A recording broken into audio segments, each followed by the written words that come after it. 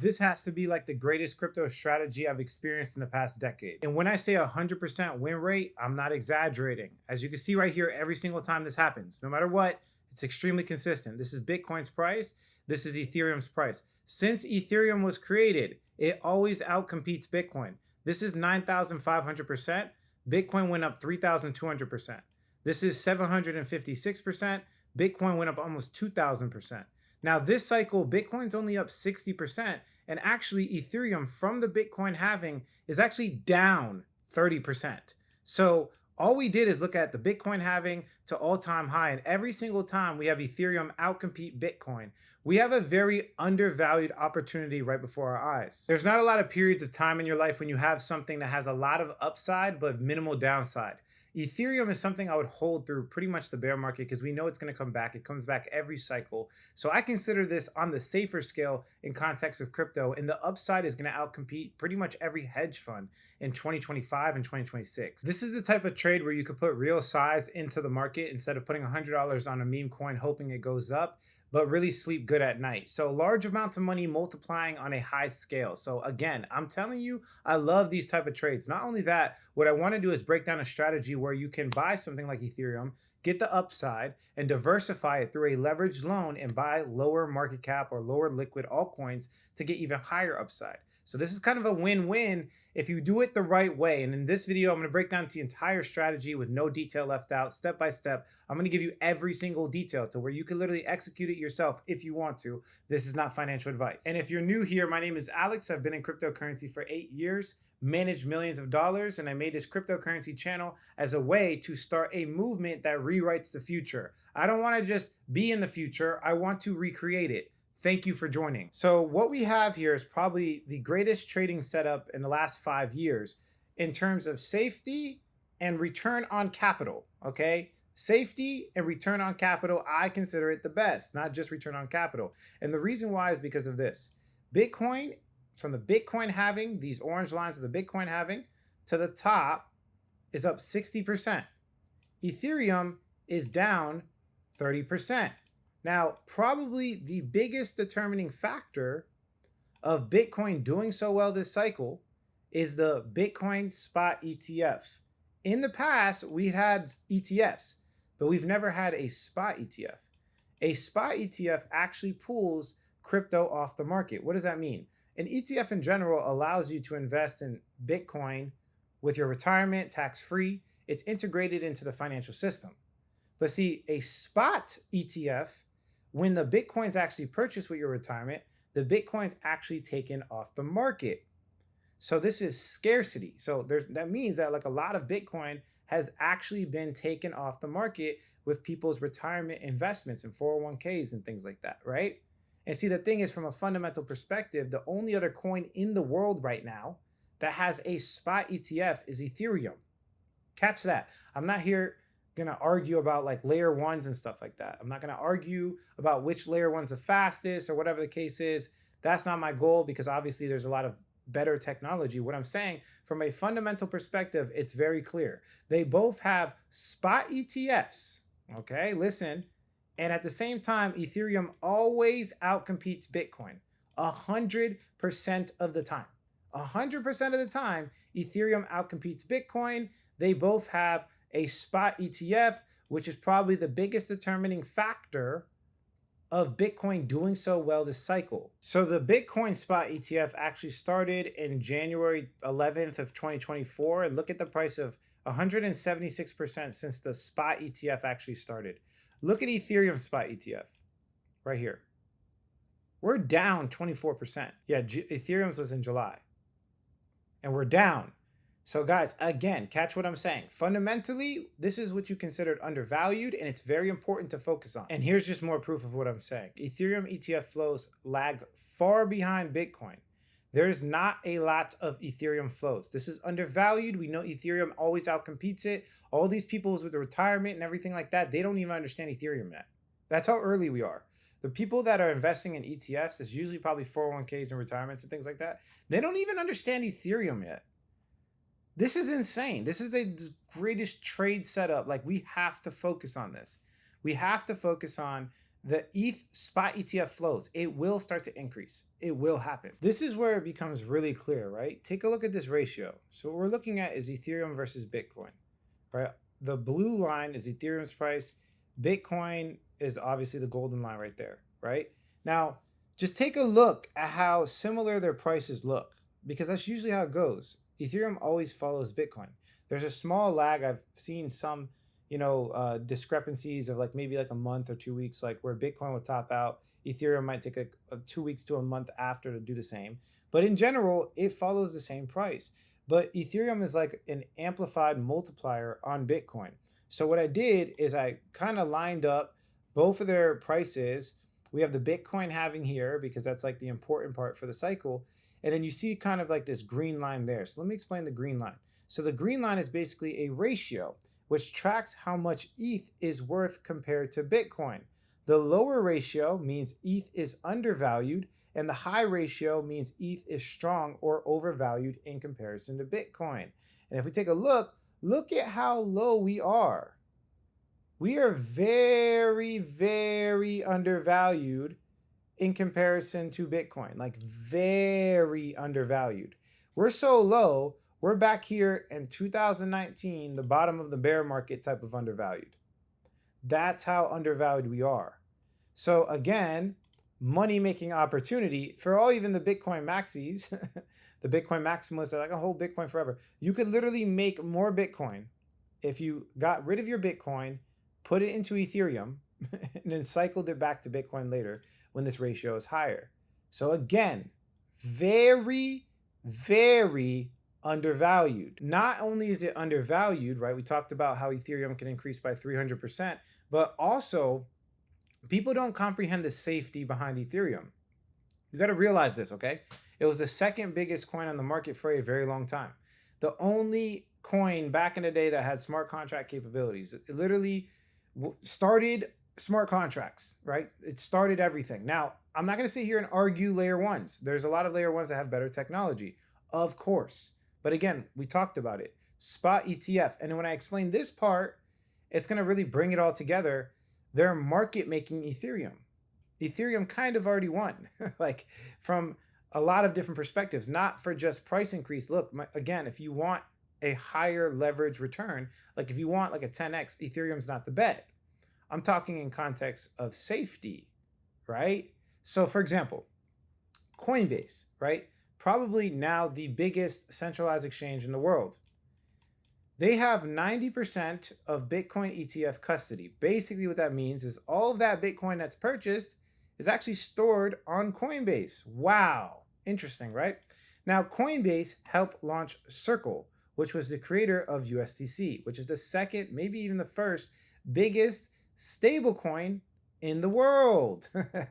So this is like where we'd start looking at like basically monopolies. Like we start seeing these type of things, right?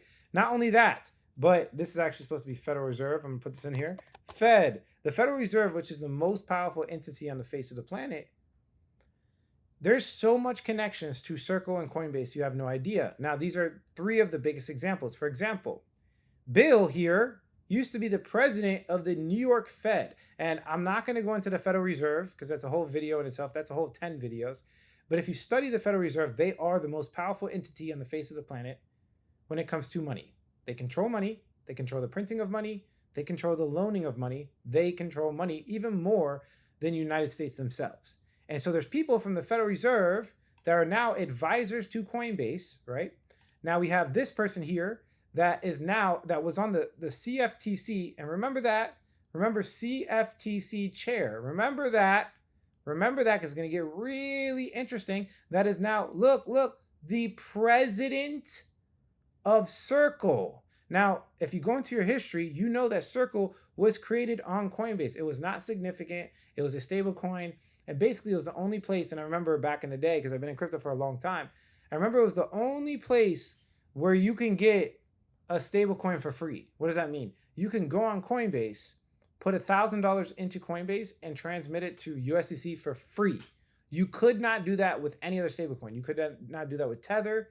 It was the only place, and pretty much got market made by Coinbase themselves. I believe they hold a big share of Circle as well. I believe they made like billions of dollars with this recent IPO. That's another thing to add. Coinbase and Circle are the only two public crypto companies in the United States when it comes to like raw like crypto companies. Now there's a whole bunch of companies holding crypto. No, they are crypto companies, the only two that have IPO'd in the United States. Now you're kind of putting it together. So we're talking about connections from the Federal Reserve, the only two companies in the United States that have IPO'd that are crypto companies. Coinbase pretty much created USDC, right? We have Paul here that was a US magistrate, now is the CLO, the chief legal officer of Coinbase. So we have, and these are just three. I know there's way more, and I'll have a list for you guys maybe one of these days. But basically, we have collusions from the Federal Reserve, the government, into Coinbase, Circle.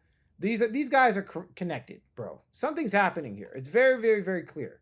The amount of power that Coinbase and what's happening here, the amount of power is crazy. Now, this is where I kind of pull it all together. So if you've been watching my videos, you probably know of something called Base. So Coinbase decided to make their own blockchain, and they called it Base. But the thing about Base is that they don't have a coin, and I'm gonna explain why that is really important. Coinbase made Base, and see, the thing is that Base does not work without Ethereum. It's called a layer 2.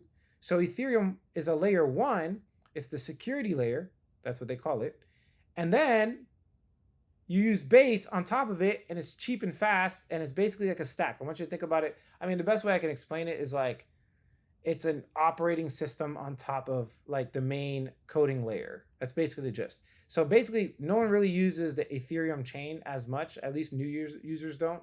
Most of the new users are using Base, but Base doesn't operate without Ethereum. It is a layer 2. It needs Ethereum.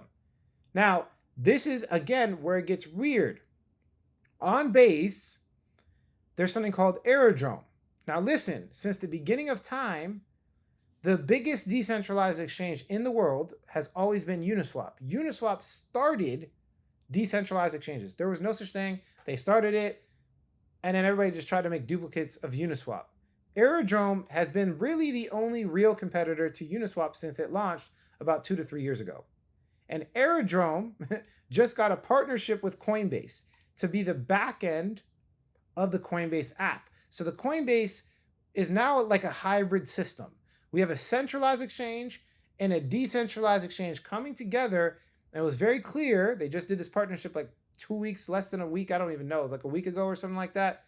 They have a very clear hybrid system where we have a centralized exchange and a decentralized exchange. Now, this is where it gets really crazy. And this is, again, why I'm trying to tell you guys, Ethereum is extremely undervalued right now. This is where it gets really crazy. Just comprehend this, right? We just talked about Ethereum having a what? Spot ETF, right? The only one in the world that has a spot ETF. Bitcoin has a spot ETF as well, right?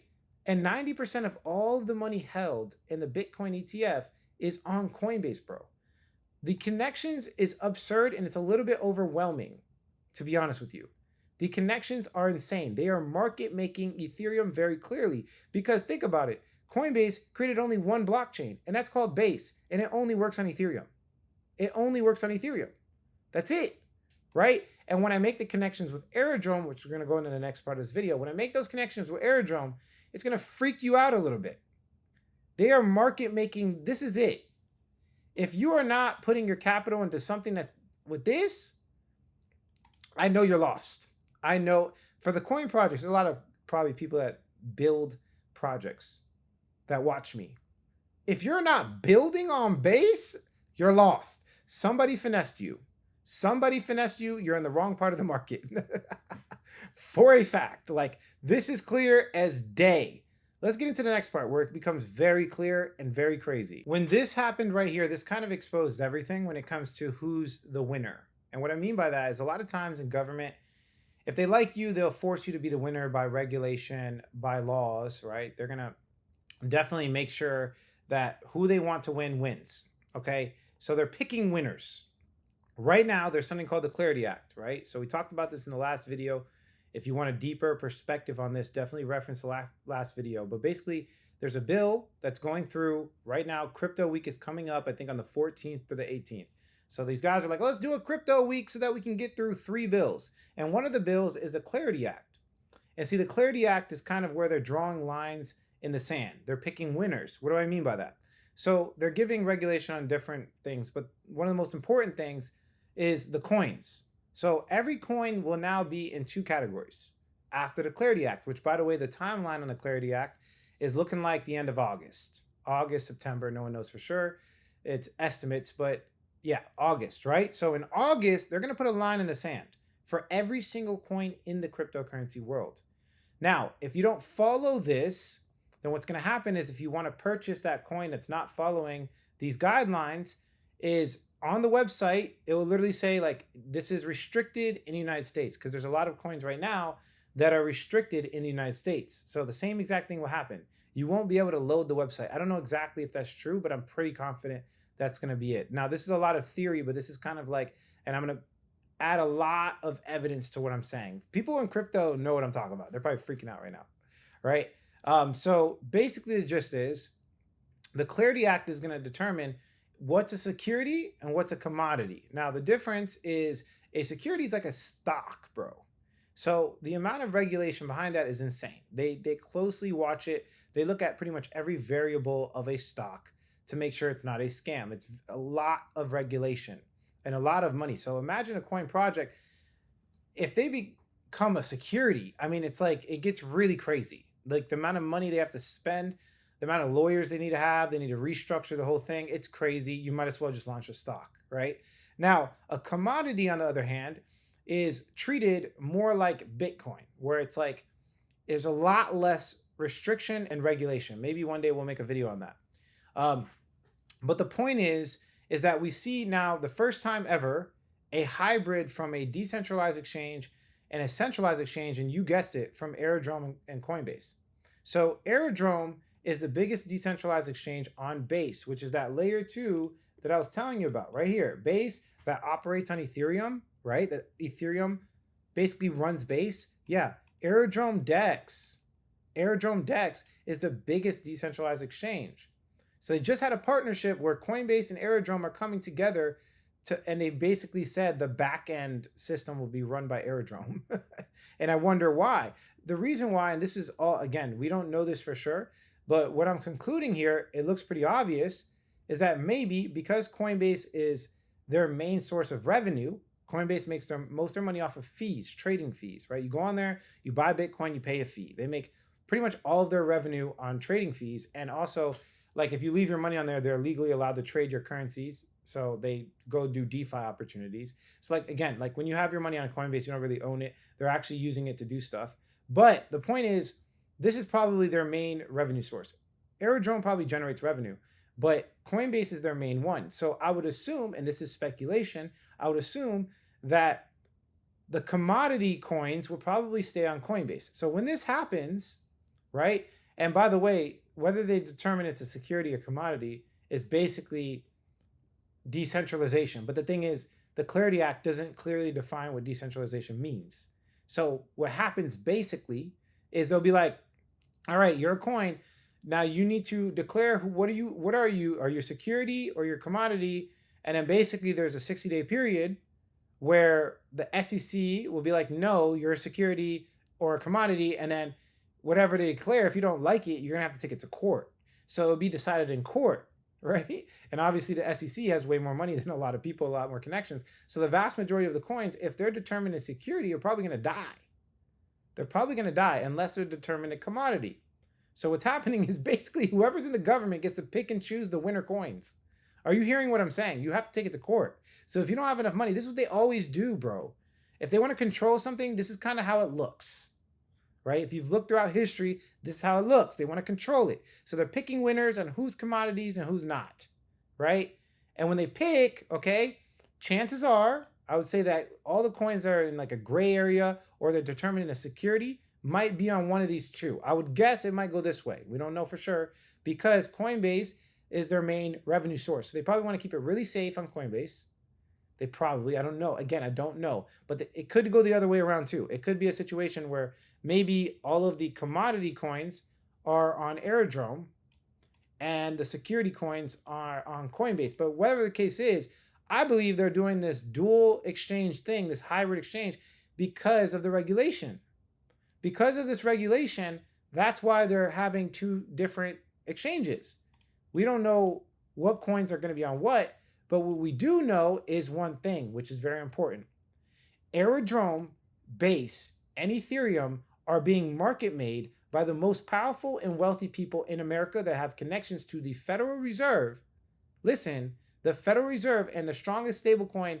You guys know that Circle is purchasing like billions of dollars worth of government debt? The amount of connections and friends that Circle has made is probably absurd, right? So these connections, again, the only two, I want to pull it together for you. Just catch this, right? The only two public companies in America, crypto-specific public companies, is Circle and Coinbase. People that work from the Federal Reserve now work with Coinbase and Circle, and vice versa. There's also people, and I'm gonna get a list. I think there's more than 7 people that actually now working for the Federal Reserve too. They have extreme connections. Okay, we know that Coinbase made Base, and we know that Base needs Ethereum. It's running on top of Ethereum. We also know that Aerodrome is being market made because of this. Aerodrome is now in connection with Coinbase, right? Listen to what I'm saying. It's connection with Coinbase as this hybrid, centralized, decentralized system, what we've never seen before. And I think the reason they're doing this is because they want to separate regulation to the exchange itself, which will likely mean they're going to separate regulation from the coins too. So a couple things that could happen.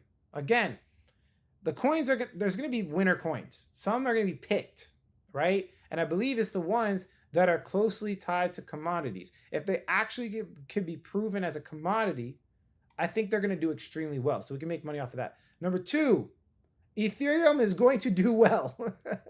It's going to do well. Right now, it's extremely undervalued. People do not understand it. All these people that have money in their retirement accounts that are only buying Bitcoin, they have no idea.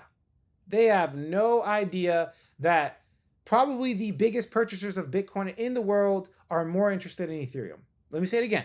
The biggest purchasers of Bitcoin in the world are probably more interested in Ethereum. I could prove that. Bitcoin mining company, right? Tom Lee just came out. I believe that's his name. Tom Lee just came out and said from his Bitcoin mining company, my voice just cracked. His Bitcoin mining company is buying Ethereum on its treasury. We've never seen that really before. Ethereum, they're literally buying $250 million of Ethereum in its company, right? So we could see the same trend of like all these Bitcoin treasury companies that have been coming out the blue. And what that basically means is that there's companies that buy Bitcoin and they put it on their balance sheet. And if the price of Bitcoin goes up, the value of their Bitcoin goes up as well. We could see the same trend happening on Ethereum. We could see the inflows from the spot ETF once people start to realize this stuff, right? People are going to start buying. Altcoin season is going to drive a lot of demand to Base. A lot of the altcoins are going to pop off. And this regulation is pretty much going to market make Ethereum, Base, and Aerodrome. This regulation in America, you got to catch this, right? Think about all of the people colluding. There's a whole bunch of people colluding together, right? Think about that. From all these companies working together, they probably created the regulation together.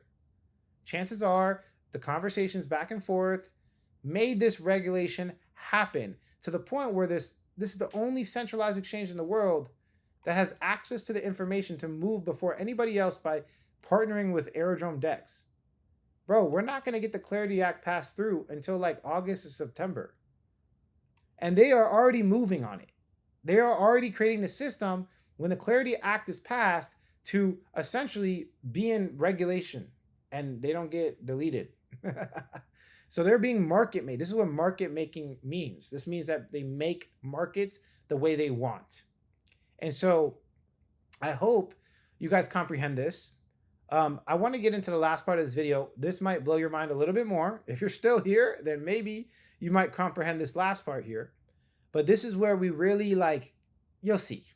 The connections are undeniable. And I don't think anybody in the world has talked about what I'm about to tell you right now. So what I'm going to do is actually give you a video from my course because it kind of explains it way better than I could right now. I actually went really deep into this concept. And then after that, I'm going to show you what I think about Ethereum.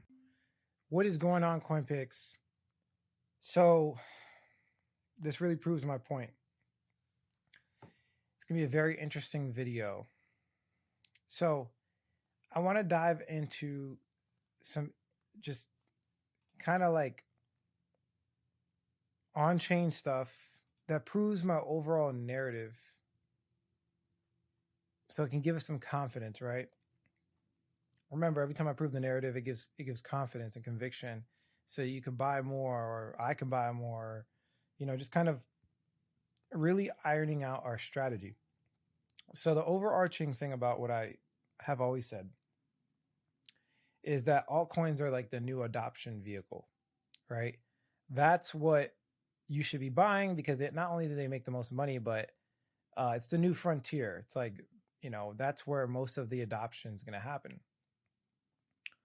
And the powers that be, the biggest people in the market, are adopting altcoins, not Bitcoin. And this proves that undeniably. And the beauty of this is that right now, depending on when you're watching this video, right now we have an accumulation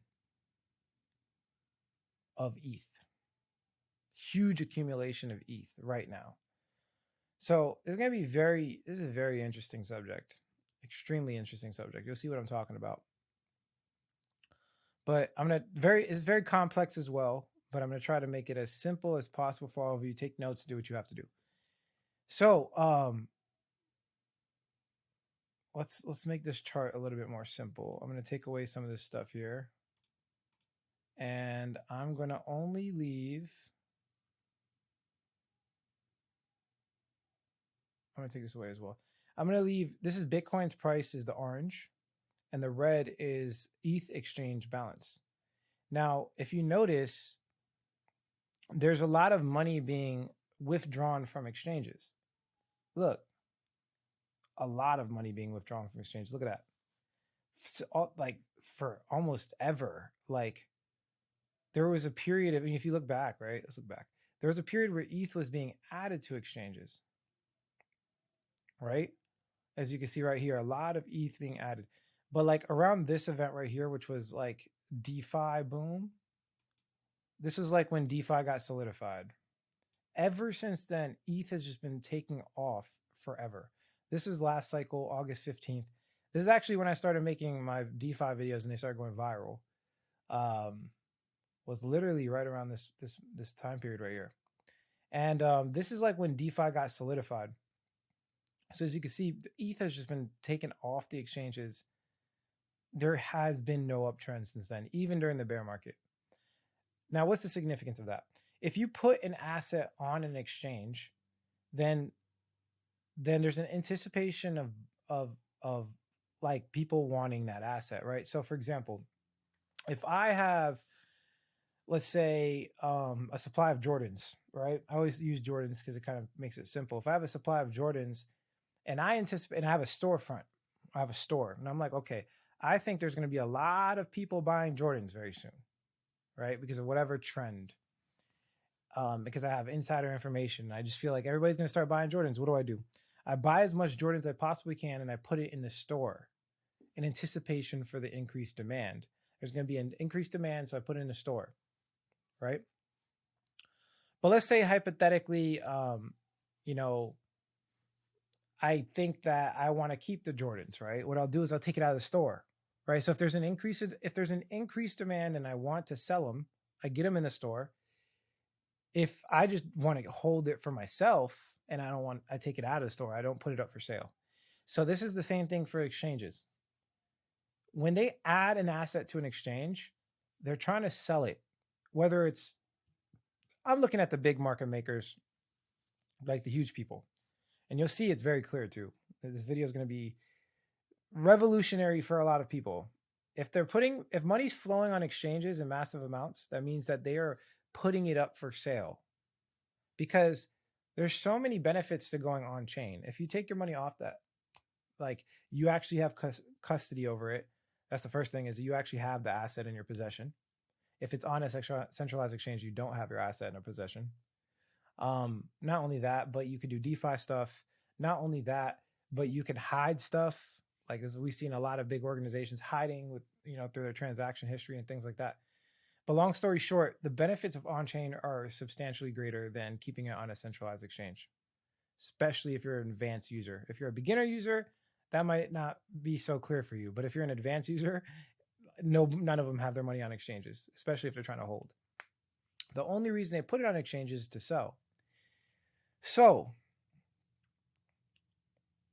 as you can see around this time period, nobody, like everybody's taking their ETH off. Even, look, it's crazy. I know it might be hard for some people to agree with this. But even right here, when we see, boom, the end of the bull market, like the exact bottom, we see a lot, like you would think people want to put ETH on exchanges to sell it because like the price is going down, right? No, actually the exact opposite. People pulled ETH off, which really shows me who's winning here, right? Because as soon as this is where it gets really crazy, right? So if I pull up in USDC, this is exchange balance of USDC. Now, again, if you have an asset and you want to give it away, you make it for sale. Look at the bottom here. Look at these two spikes in USDC. So what happened is a whole bunch of USDC literally at the exact bottom of Bitcoin's price. Orange is Bitcoin's price. Pay attention. Orange is Bitcoin's price. Bitcoin bottoms out. A whole bunch of USDC floods into exchanges. Look at how much USDC flood. Like, that's a very obvious spike. Why? Because they know people are trying to sell. And at the same time, we have ETH coming off the exchanges. So there's USDC coming on. That means that they know people want to sell their ETH for USDC. They know there's going to be an increased demand for cash for USDC. All these people are panicking. They're freaking out. They're like, I want to get rid of my ETH. I want to get rid of my ETH. And they sell it for USDC. So the market makers anticipated that. They're like, okay, good. You want to sell your ETH at the exact bottom. Great. We're going to put a whole bunch of USDC for you so you could take your USDC. That's fine. And when you sell your ETH, I'm going to take it off the exchange. And that's what they did. They took it off the exchange. So this right here was like a crypto wealth transfer at the exact bottom of Bitcoin's price. This was a massive crypto wealth transfer from the poor to the rich. It's very clear. Very, very clear. So now there's a dynamic here, which it gets very interesting. Very, very interesting. Let's take off USDC for a second. I want to show you guys Ethereum, right? So let's pull this off. Let's look at ETH exchange balance. I'm sorry, we're already looking at it. Let's look at Bitcoin exchange balance. That's what I meant. So this where it gets really weird. Okay. So stay with me. Orange is Bitcoin price. We're going up bull market. This is last cycle. We're going up big bull market, bull market, bull market, bull market, bull market, bull market, bull market, bull market, bull market, Rome. And then right here, look at this. We have the green is Bitcoin. Right here, midway through the Bitcoin market. And this is what blows my mind a little bit. Right here. Look at the date. December 2020. November, December. We see a whole bunch of, and this is the green, a whole bunch of Bitcoin flooding in on exchanges. Exchange increase. Look at that. Bitcoin flooding in on exchanges. A whole bunch flooding in on exchanges, right? Look at that. Crazy. Look at this. This is where it gets weird. Bitcoin dominance chart. This is last cycle. This is that exact period. Look, December 2020. Bitcoin dominance drops. And you know that if you've been following me, watching the other videos in masterclass, you guys should know that this is altcoin season. So this is altcoin season right here. This is when Bitcoin dominance drops. I've always said, as soon as Bitcoin's price drops, that all the money flows into altcoins and Ethereum and everything. And this proves it with like undeniable information. Look, right here, boom, Bitcoin goes on to exchanges. Why? Because they know the fools are going to buy the Bitcoin, right? But at the exact same time, look at Ethereum.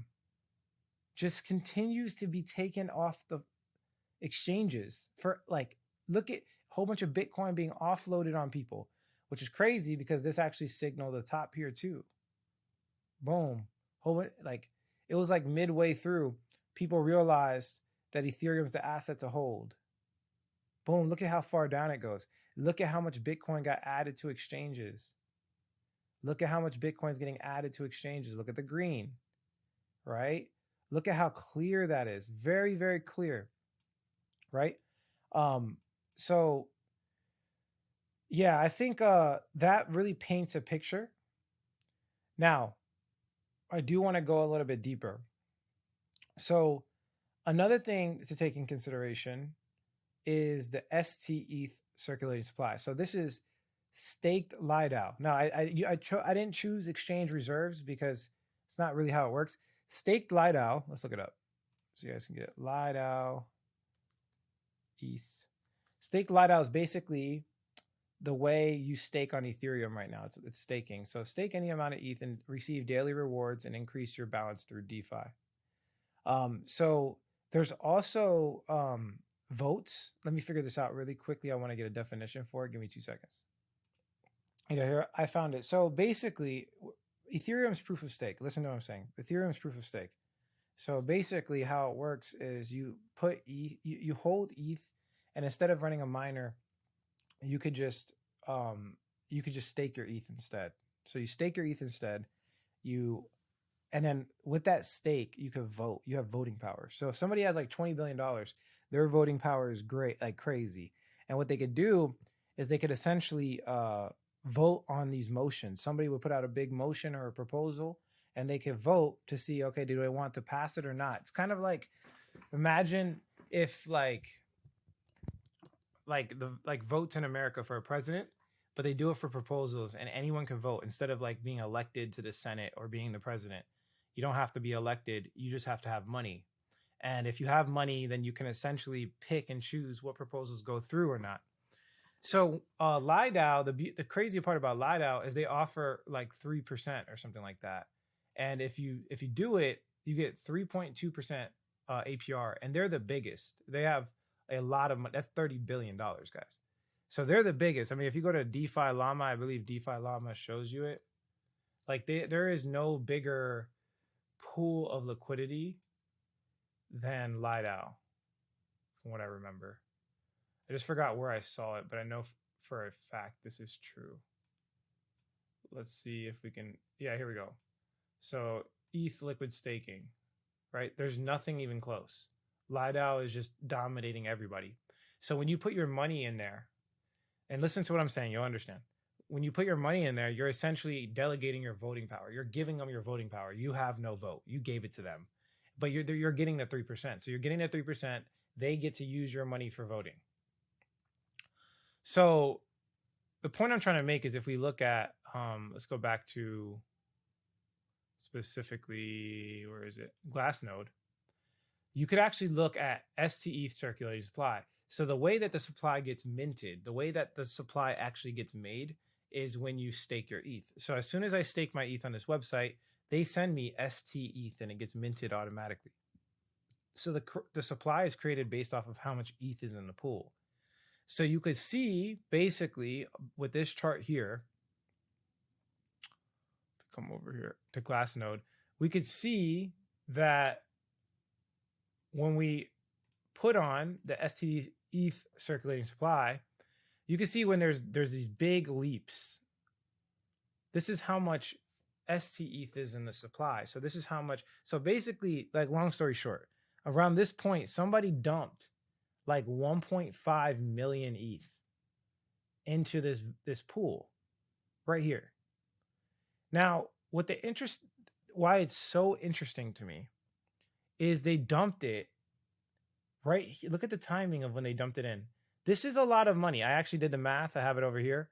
That first dump right here. This big dump. This is like a big amount of. Someone took a whole bunch of ETH and put it on Lido for voting or whatever they did it for to get the 3%. That doesn't make any sense because ETH went down way more than 3%. They're doing it for the voting. They're trying to make sure certain things get implemented so they can essentially dominate crypto. But yeah, so it's basically $4.5 billion. $4.5 billion right here got dumped into ETH, specifically Lido, so they could dominate the voting. And see, the crazy part about this is it never goes backwards. Look at the amount of like Lido doesn't go backwards too much. Look, it's just going straight up. See, here's another thing. Here's where it gets really weird, right? So think about it. Bitcoin gets on exchanges. They're trying to essentially offload their Bitcoin. They're like, come to my exchange, take my Bitcoin. I'm putting Bitcoin on the market for sale. But at the same time, Ethereum is like, okay, but I don't want to sell that much Ethereum. I'm going to put that away. I'm going to store that in a vault. I'm going to store that in a vault. I'm going to put it away. Right. But like right here, it's like they accumulated a whole bunch of ETH. It's like this entire time they accumulated a whole bunch of ETH, and then right here they dumped it into the voting protocol. Right here. Now, I believe the reason why they did this, all this is theory, but I believe the reason why they dumped it into the voting protocol is to implement the layer 2 transaction. Like there was a proposal that went out. I forgot the exact proposal name, but it basically allowed layer 2s to get this like unique benefit to where transaction fees on Aerodrome went from 20 cents to like 0.01 cent. Like it just got significantly cheaper. There's a huge proposal that got passed. I forgot the exact date. It was a little bit after this. It was during the bear market. I believe it was like July 2023 or something like that. But I look, these guys have long money. This is billions of dollars. So they're not worried. They just like, it's like they almost like dumped it in there, did it for voting power to control the market. They're trying to control the market. They dumped it in there. They don't care where the value is because they're going to build the Ethereum blockchain in the way they want. They're going to build it in the way they want so they can control all the variables. So when they when they make the market and they build the market in the way they want, they have their control. Are you guys not catching it? I told you, I keep telling you this over and over again. This is where it gets really crazy. Nobody talks about this on the internet. It's not public stuff. No one likes to talk about this stuff. But it's very interesting that they did that. Like, think about it. Like, they dumped like a whole bunch of circulating supply got minted literally like when the bear market started. They were taking advantage. Now, here's where it gets really weird.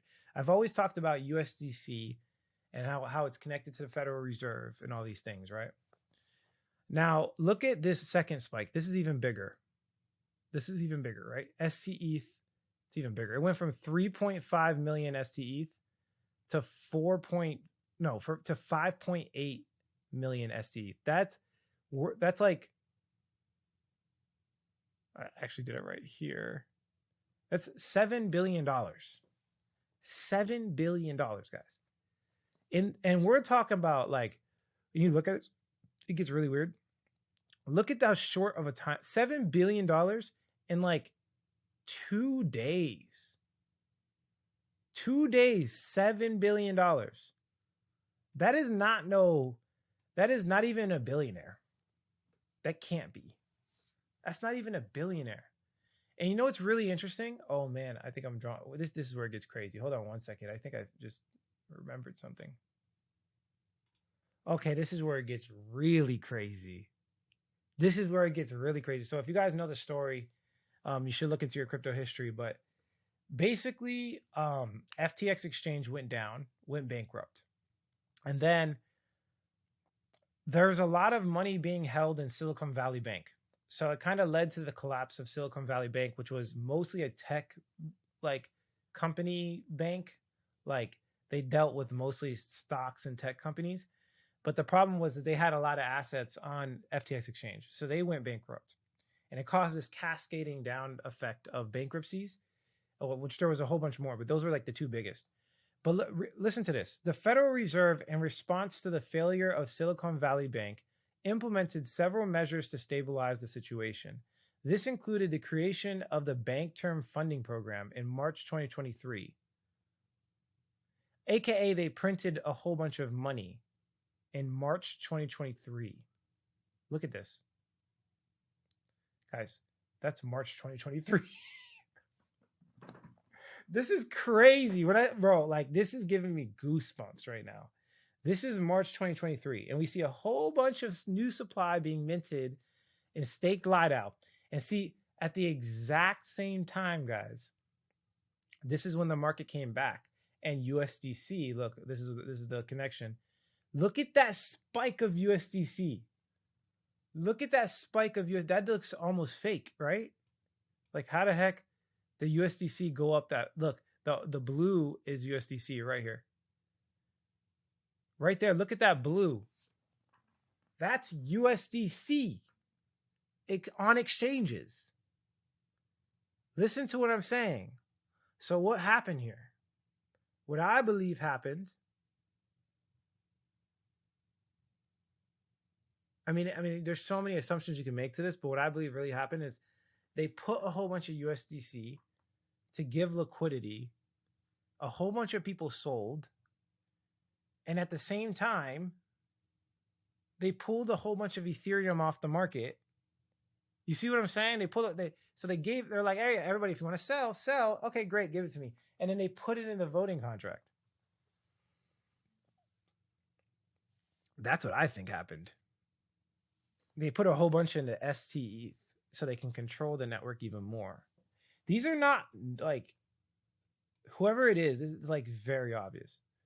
It's like so obvious. Like, this is, no one could ever prove any of this stuff perfectly, but like, when I mean obvious, like, who puts $4 billion, $5 billion into an asset class in 2 days? What exchange even has that amount of liquidity to process that? They can't. No one has that amount of liquidity to do that. An exchange does not have that much money. Look up exchange reserves. They're usually like 500 million. Like, you can't just sell that many ETH. You can't. There had to have been like a consistent purchasing of ETH over a long period of time, which is that red line. This is the exchange reserves. This is all the ETH coming off the exchanges. Please listen to what I'm saying. Please listen to what I'm saying. So what does that mean? Like, Alex, what are you talking about? Who cares about all this, right? Like, what does that actually mean? Well, I believe this means that they are going to offload Bitcoin on, it's like, if this holds up, then right now, like, let's go back to the last cycle so you can just kind of affirm this, right? So look, let me take some of this off so you guys can see better. So we have right here, Bitcoin coming off exchanges. Boom. And by the way, Bitcoin halving was like right here. So that makes sense. A lot of Bitcoin coming off the exchanges in anticipation for the Bitcoin halving. That makes sense. A lot of Bitcoin coming off. Everybody's anticipating the Bitcoin halving. They're trying to hold. They hold. Boom. Then about halfway through the Bitcoin bull market, halfway was like right here. Like almost exactly halfway through the Bitcoin bull market. Halfway through the Bitcoin bull market, everyone's like, all right, now altcoin season is about to pop. Let's put the Bitcoin back up for sale and let's continue to take Ethereum off the, let's continue to hodl Ethereum. Boom. They start putting Bitcoin back up for sale. Ethereum continues to be hodled and pulled off of exchanges. About halfway through, right? Let's look at what's happening now. Something very similar is happening right now. Not exactly, but it's very similar. Look at this. Right here. We see Bitcoin being unloaded. So first off, boom, they're putting Bitcoin on exchanges, right? But this is not even a big trend, but they're putting Bitcoin on exchanges for sale. Then they pulled it off up until the point we're at right now. So at this point we're at right now, they're adding more Bitcoin to exchanges. It's very clear. I'm showing you guys that right now. Let me pull this out. Right now, they have been adding Bitcoin to exchanges and Ethereum continues to come off the exchange. Let me zoom in. They are adding Bitcoin to exchanges, that's green, and Ethereum continues to come off exchanges. So the trend is like, are they going to flip the trend, right? So like, let's come back. Okay, let's go back one more time because you got to really understand this, right?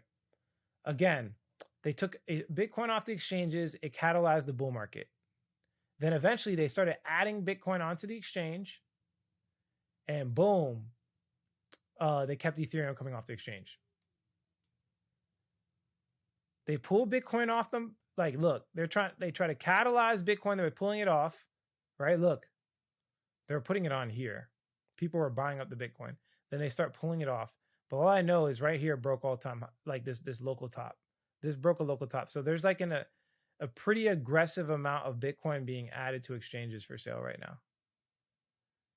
Right. And then you think about Germany, right? Think about Germany. Isn't Vitalik?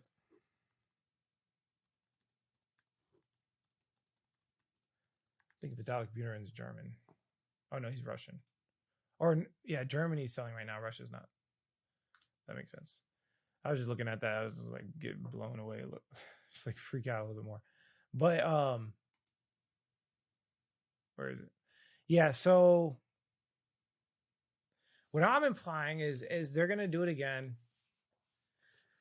They're gonna do it again. They're gonna do it again. And they're gonna market make Ethereum. That's what I really believe. It's not I think it's pretty crazy evidence. I don't think anyone's providing this type of evidence. There's no way to like catch them red-handed. All you can do is like look at things like this and exchange prices and things of that nature. Because the lineup for this is pretty crazy, right? Look.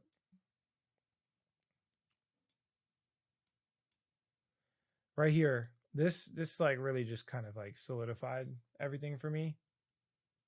Was right here last cycle when Bitcoin started moving on the exchange. Look, November 15th, 2020. Bitcoin started going on exchange November 15th, 2020, right? Look, this is like the same. This is November 15th, 2020 right here. Like November right here. So that's when the Bitcoin dominance dropped. This is the Bitcoin dominance chart. Bitcoin dominance drops. I thought that was interesting. I think that's like really, really interesting. And then, yeah, we could look at ETH price. But ETH price is very similar, you know, to Bitcoin's price. So boom. The right here is when they started selling Bitcoin. And it seems like Ethereum went up with it. I think it's because look, this is what I believe. There's a whole bunch of forces involved. You got the early Bitcoin adopters, you got the early Ethereum adopters, and then you have like the Federal Reserve that can print money. So there's these weird, crazy dynamic forces. And what I think is happening is these big early Bitcoin adopters, they want to like buy a jet, right? They want to spend their money, but you can't really buy. You could buy a jet in Bitcoin, like you could, but like not really. You can't really like continuously buy things. So they're realizing profit. And these early Ethereum adopters, like they're realizing profit too. Everybody wants to sell eventually. But like whoever this force is, the force is clearly trying to offload Bitcoin and accumulate Ethereum. I don't see any other reason why. Like, let's try to make it a little bit more clear. Let's look at, I want to take away ETH's price. Let's take away ETH on exchanges, and then we have the red is so we have ETH and Bitcoin exchanges. Look, it seems like Bitcoin's always being added to exchanges, and there's really no reversal on the trend. We have a sideways consolidation. Look at the green. The green is Bitcoin's always being added to exchanges, and we have a little sideways action here, right? And it's kind of up and down. But look at Ethereum at this point right here. Like something changed. Look at Ethereum. Ethereum was like, I'm going to add Ethereum to exchanges as well. Like everybody's like the big early Bitcoin Ethereum adopters are like, I'm going to put it on the exchange. I want to make money. I'm going to put it on exchange. I'm making money, right? And they're cashing out and they're buying their jets. They're doing whatever they want, putting it on exchange, putting it on exchange. Something shifted here. What shifted here? Where Ethereum is now on a downtrend and just continuously gets accumulated, and Bitcoin's sideways now. Sideways, which is like Bitcoin. This is just weird. Very weird. So if you scroll into that event, and I keep showing that event. Actually, let's zoom out so I can get the exact date. If you screw it right here, this event here. That was the big event. That there's something there. There's something right here that happened. That's DeFi. That's decentralized finance, guys. In August 2020, I know this because I was literally a part of it. Let's look at Google Trends. I know this because I was literally a part of it. That was like when I started making my best videos. Let's type in DeFi.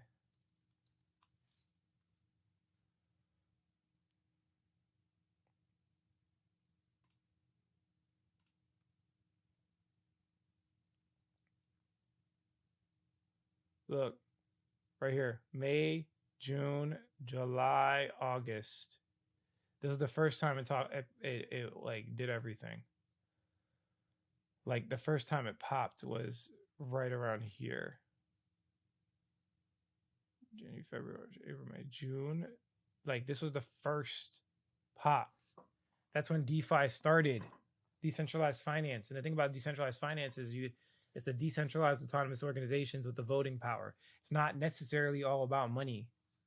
Like some of these guys have so much money that they're not worried about money. They're worried about power. They want to control. They're worried about power, not money, because they know that if they can control it, then they'll make in 30 years, they're going to make all the money anyways. So it's a power mechanism that they're using through decentralized autonomous organizations through the creation of Ethereum. They want to control all of the voting power of Ethereum. If they can control all the voting power of Ethereum, then that means they can essentially build the blockchain any way they want. They want to build the blockchain any way they want. And if they could build the blockchain wherever they want, this is like the same thing as the Federal Reserve. The whole point of the Federal Reserve is that they can control the printing and non-printing of the money. And the way they do that is through a monetary policy. They have policy, they make a decision. As a private corporation, they make a decision, hey, I'm going to print money. Hey, I'm not going to print money. Nobody can control that. They have all the voting power. They get to just vote and do whatever they want when it comes to that. But see, the thing is, when it comes to the Ethereum, the way you have to do that, like no one can just, it's like, it's smoking mirrors. They make it seem like it's decentralized, but it's not decentralized. They control the voting power. It's the same thing as the Federal Reserve. So they could choose one day to increase the inflation of Ethereum if they wanted to. They can choose to decrease the inflation of Ethereum. They can actually do much more than the Federal Reserve can do. Because now they can do things like, I could vote to have a reversal on people's accounts. So if I feel like this person is a terrorist, I can take the money from their account. They can't do that with the Federal Reserve. They can do that in some cases, but if you have cash, they can't do that. So this is more control. Of course they want it. They want it bad. They want it more than they wanted the Federal Reserve. And then they want to control USDC on it. It's so obvious. When I mean it's obvious, like all of my research has always been pointing to this. So what does that mean for you? Well, that means for you, we are in the right place. We have our money invested in the right thing. In altcoins, which is like Ethereum's like, I have a lot of money in Ethereum, but I have the majority in altcoins. So as soon as Ethereum gets adopted, we know that altcoins are going to fly. And it seems like right now specifically, we have a little, it feels like an uptrend. I mean, it doesn't feel, it looks like an uptrend. Look, right here, we have the bottom, which was at the bottom. And then, I mean, it's not really sideways action. I know I said that before. This is Bitcoin. So the green is Bitcoin exchange. We have the bottom. This is a higher low, higher high, or this is a higher high, higher. So this is considered an uptrend. We have a higher low. So look, we have a low, we have a high. This is higher than the last low, right? This is higher than the last high. Right here's higher than the last high.